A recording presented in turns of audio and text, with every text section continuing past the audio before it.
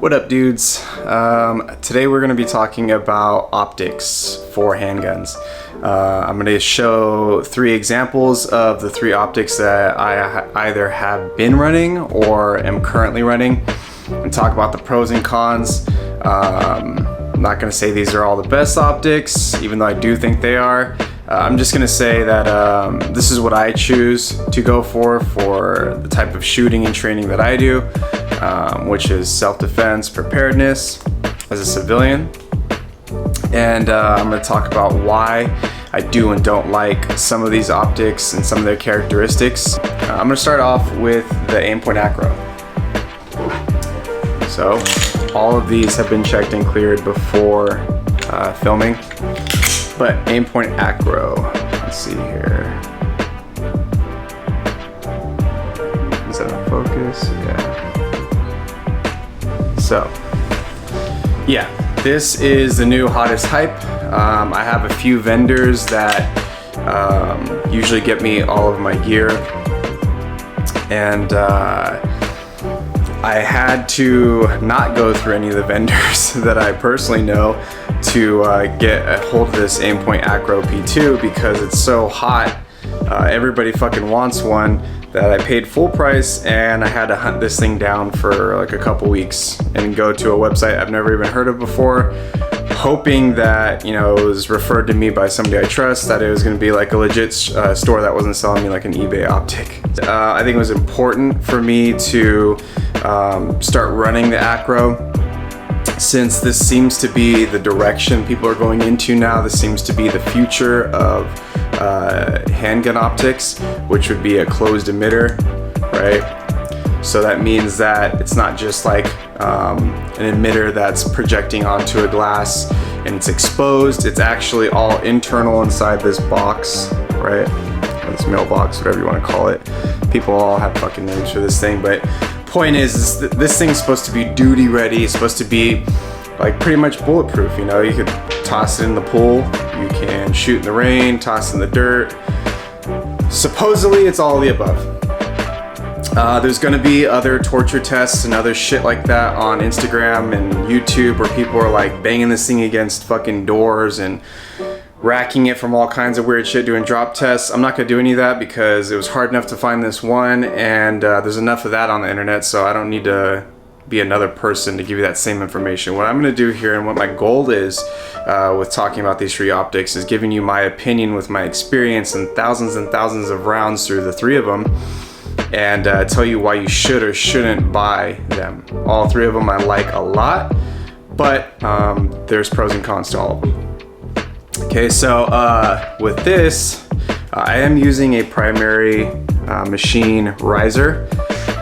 I know the riser thing is like all the hype with ARs, and I actually really thought it was going to be something fun to work with to kind of keep that chin up and get a good presentation with handguns. So I tried it for the first time on this particular setup. Full disclosure, I haven't ran this type of riser or optic mount on any of my other guns, so I couldn't really tell you the difference with this versus other optics. So all of my shooting with the AimPoint has been with this little riser. Just thought you guys should know that. So anyway, as far as the way this thing is ran, I've had no issues with it. I've had it for a couple months now. I shoot this thing pretty much, this is the only thing I shoot if I'm not testing out somebody else's gun. This is what I carry. It's giving me no issues. And again, the idea is supposed to be, it's supposed to be duty proof and weather resistant and all these things. But to be completely honest, I never had any of those issues with my previous optics. I'm a fan of Trijicon, so I'm gonna go ahead and move over to those real quick. So right away, the first optic I used and ran and I still love and I still think is potentially the best bet for majority of the world is the Trijicon RMR.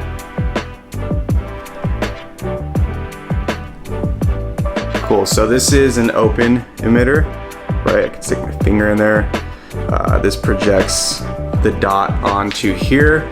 So if you get dirt and things like that inside here, that's not good, right?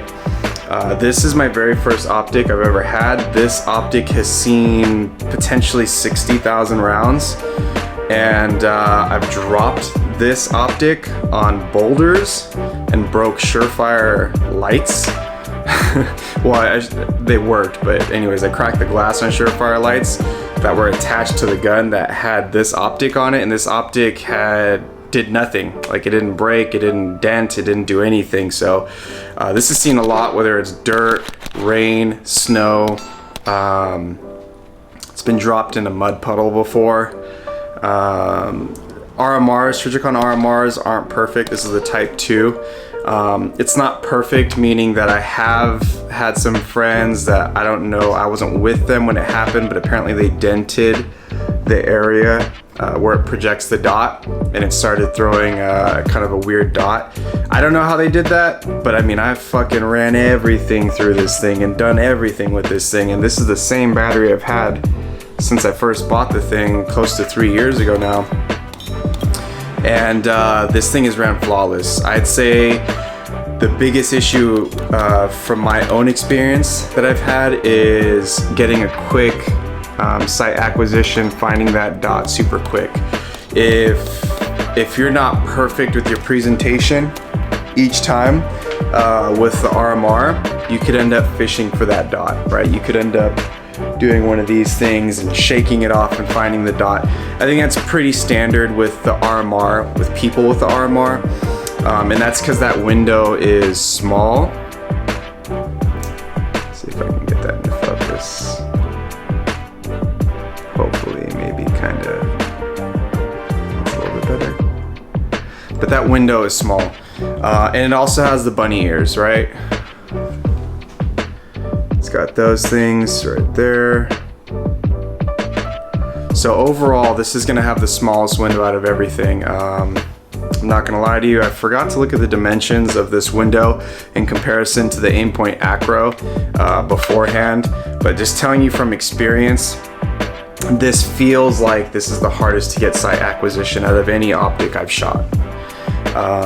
The trade-off is, though, that I've had this optic for, like I said, about 3 years, and it's seen a lot of fucking rounds, and this thing has done nothing but work for me with the same battery.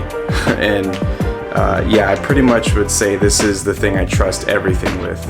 Maybe I'm lucky and got a good RMR, I don't know. RMRs have a really good track record, a really good reputation, so I don't think I'm lucky, even though, like I said, I've had a friend that had the projector area dented. I don't know how they did that. Again, the other optic I'm going to talk about is the Trijicon SRO. So if you can't tell, that window is big. That's a big fucking window. Okay.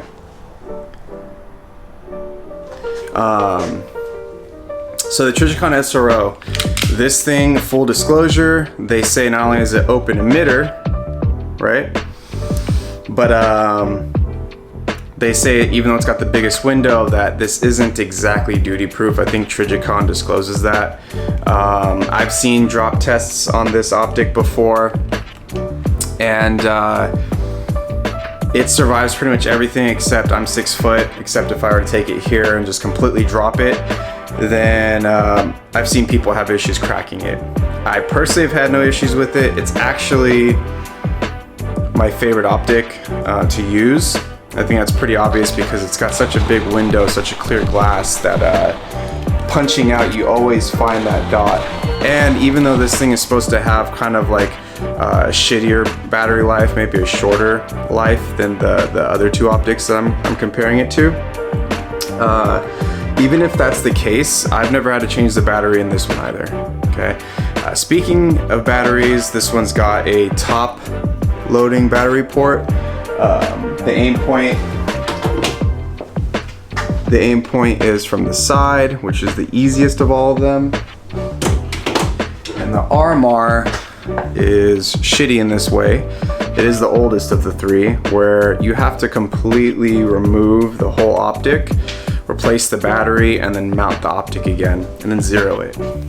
All right, so now that we talked about batteries, battery life, I've never had to change the battery on any of them so far. Obviously, I've only had the Acro for a couple months, but the two Trijicons have been around for a while. I think the SRO for like a year-ish, and then the RMR for about 3 years. A lot of life in those. As far as the glass clarity and the dot sharpness, the Acro P2 I think takes the cake with the dot sharpness and the glass clarity.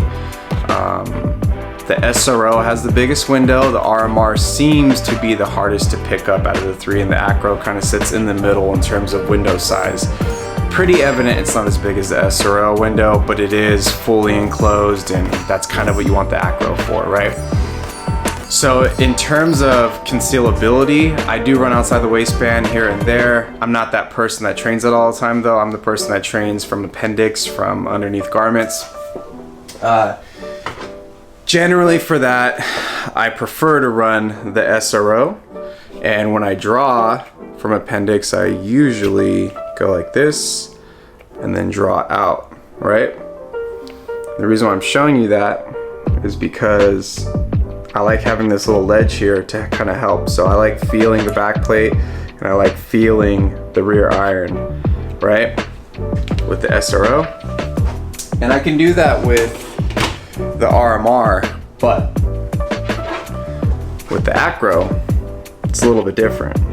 Right away, I kind of get stopped by this window, closed emitter, right? So yeah, I usually brush up on like that back plate, kind of feel that rear sight, and then stop on this. So pulling from appendix, not only do I end up getting a little bit of thumbprints, let's see, right there. Get a little bit of thumbprints from that, which creates like some fog, some blurriness, but also it's uncomfortable, and it's a little bit less of a firm purchase on the draw, right? Which is not what you want when you're carrying daily with the EDC or appendix or whatever, right? So that was kind of odd to me. Has it done anything to hinder my performance or reliability, or has it given me some weird funny draws? Not really. I will say performance-wise though, I have taken my appendix draw down in speed just a smidgen because the fact that now I run into that, so I don't feel quite as confident. Even though I have all this scooping underneath, I still feel like that's kind of doing some weird thing to me. So maybe mentally I just need to get over that, but that is something that a closed emitter and the Acro P2 in particular you run into. So that's something to think about.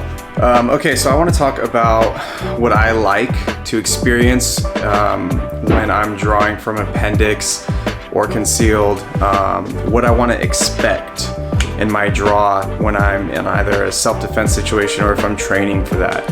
I want to experience finding that dot quickly. I want to experience the same consistency every single time. I don't want to have some auto dimmer like some of these other optics. I want to have the same brightness set up every single time, so I know I can find my dot, which all of the optics that I have right now do that for me. I don't want to have anything going on that's hindering me from seeing through my glass clearly. But again, finding the dot, having consistency, making sure it works every single time, those things all matter to me. So I usually like to go to the Trijicon SRO for my daily carry. I know this one is supposed to have the least durability out of all of them, out of all of the options. It's not going to be as drop safe from, you know, dropping it from like the top of a car or from a building, or potentially sprinting and dropping it. I've sprinted before up a mountain on gravel and rocks before, and I've dropped a Trijicon RMR on a Glock, and it held up just fine. I've never dropped this thing more than like a foot off the ground. Never had that issue with an SRO, but I've also, even though I've ran it through rain and snow and dirt and mud, I haven't ran it to where like I've actually banged it off of anything other than my holster.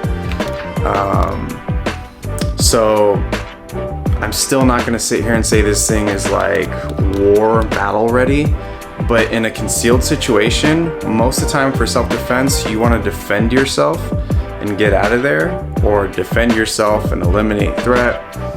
I don't think, even if you were to fuck up your draw bad or do something weird to fumble from the waistline, I don't think this optic is gonna be an issue. The SRO picks up the dot the quickest. It's got the biggest glass. It's by far the easiest to use. Across the board, I perform the best with this thing. So again, if I'm just trying to protect myself in a self-defense situation, a concealed carry situation, I'm not trying to go to war, SRO is what I go for. I know people, like I said, are like, the durability could be an issue. Not like the battery life, not the reliability, but the drop testing from, like I said, you know, I'm 6 foot from about 6 feet to the ground. Again, it's been all in every weather situation that I've ever shot in: rain, snow, mud, dust, dirt. I've shot prone with this thing. I've gotten really dirty with an SRO, honestly. So I've never had issues with it. I actually think it performed better than I thought it would, not just for the window size, but actually running through different situations. And I've been around people who are team closed emitter, or, you know, they're really big on like their guns looking pristine, or making sure every time they fucking draw, even if it's on the range, that their window is not dirty. I think this one is pretty dirty. There's no belly button lint. There's no dust and dirt. For the sake of the range, being a training time, I usually let snow and dirt and shit like that get into my optic, and I try to shoot with that stuff, including water and things like that, because I want to see the limits. Do I try to break my stuff? No, because I'm not fucking a billionaire. I don't want to fucking just blow up optics. I don't get these things for free. But I do want to push them to their limits, you know, in a healthy manner.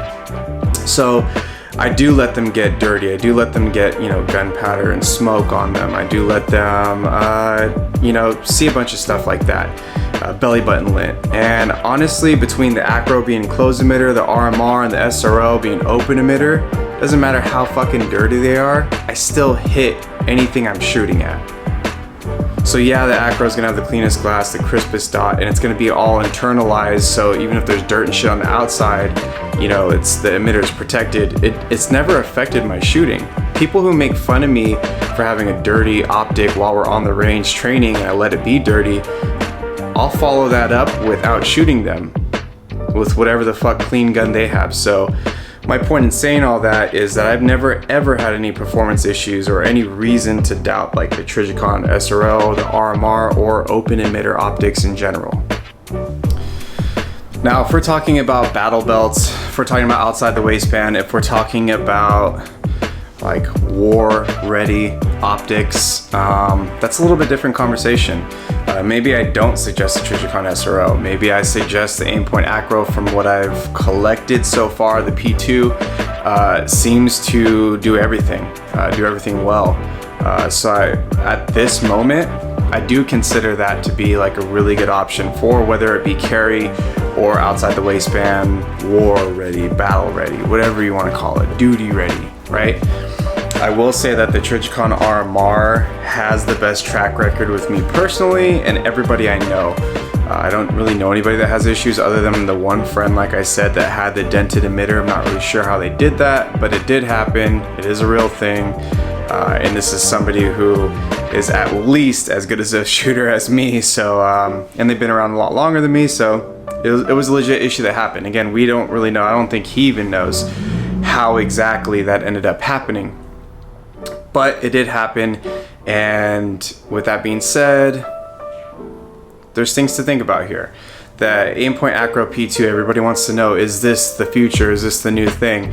It might be. I've had zero issues with it. I think it's good across the board, but it's also too fucking new. So it doesn't matter if I tell you, it doesn't matter if the biggest names in the world tell you, or if the military's using it. Until another year or so rolls around, we won't know what the battery life really is like. We won't really know how well the glass holds up. We won't really know how well it accepts being dropped into a pool, into a lake, and then working again, if that has any long-term effects. We won't know how well it's drop tested or whatever after so many rounds. I mean, everything that we know about the Optic is a year old-ish. And so you have 2 to 3 years under the belt of the AimPoint Acro P2. It's really, really hard to sit here and say it's the best. Now, do I think the closed emitter is the future? Most definitely. Do I think that the AimPoint Acro P2 is fucking huge? Yes. It looks cool / funny, especially when you see it on my G19 for carry purposes. Anytime people see this thing, they're like, you know, what the fuck, dude? Like, you carry with that big ass Acro? Yeah, I do. And actually, if I'm being honest here, in terms of printing, this side is what ends up printing more, and in terms of comfort, this is what ends up being more uncomfortable or more comfortable, like muzzle size, barrel ends, and what's at the end of the slide. That kind of matters more for comfort. This hasn't done anything to hinder comfort level for me in terms of concealability. So, what do I think? What's the best? I think depending on what you want to do with the Optic, that's your answer. I'm always gonna say that with everything I've experienced in the last few years, the Trijicon SRO has done nothing but great for me. It's been performing for me. It's been the fastest to use, the easiest to use, belly button lit and all. Drawing from concealed, the thing performs well, no matter how foggy or dirty the glass gets. It doesn't matter. I'm still able to perform under those conditions, and it's not giving me any other reason to think otherwise. RMR, tried and true. I think everybody knows how they feel about the RMR at this point. Either you love it or you just buy a Delta point or something like that because you want to be different. And the Acro, it's still not quite available. It's still the most expensive optic of the three, at least from what I have experienced. Maybe because SROs are out more, there's more discounts and deals on them. RMRs are the cheapest of the three, as long as you're not getting one of like the super cool special edition colors. Acros are tough to get, you know, just like a lot of things in the industry right now. You know, people love SIGs, and then it's just hard to get SIG stuff. So it might be the newest, coolest thing, and it might be the future for all we know. But if you're somebody who's just getting into defending yourself, just getting into training, maybe you don't train enough, don't even fucking worry about any of these things. Get something that is reliable, affordable, hopefully American made, unless it's a Glock, and it would be Austrian, and train. Yeah, again, it all depends on what you want to do with it. For competition, SRO is king. So hopefully you guys got something from all of this. I'm pretty set in stone on how I feel about the three optics now. Like I said, things could change in the next year. Maybe the Acro takes a dump on me, who knows? I like the Acro. I'd suggest it to anybody. SRO is still my competition or concealed carry optic, because I'm not going to war for long periods of time, and you know, I'm not going to be fucking dropping it and banging it against things outside the waistband. So yeah, that's how I feel about all three. Hopefully that helped, and I'll definitely do an update video on this after getting more rounds downrange with the Acro.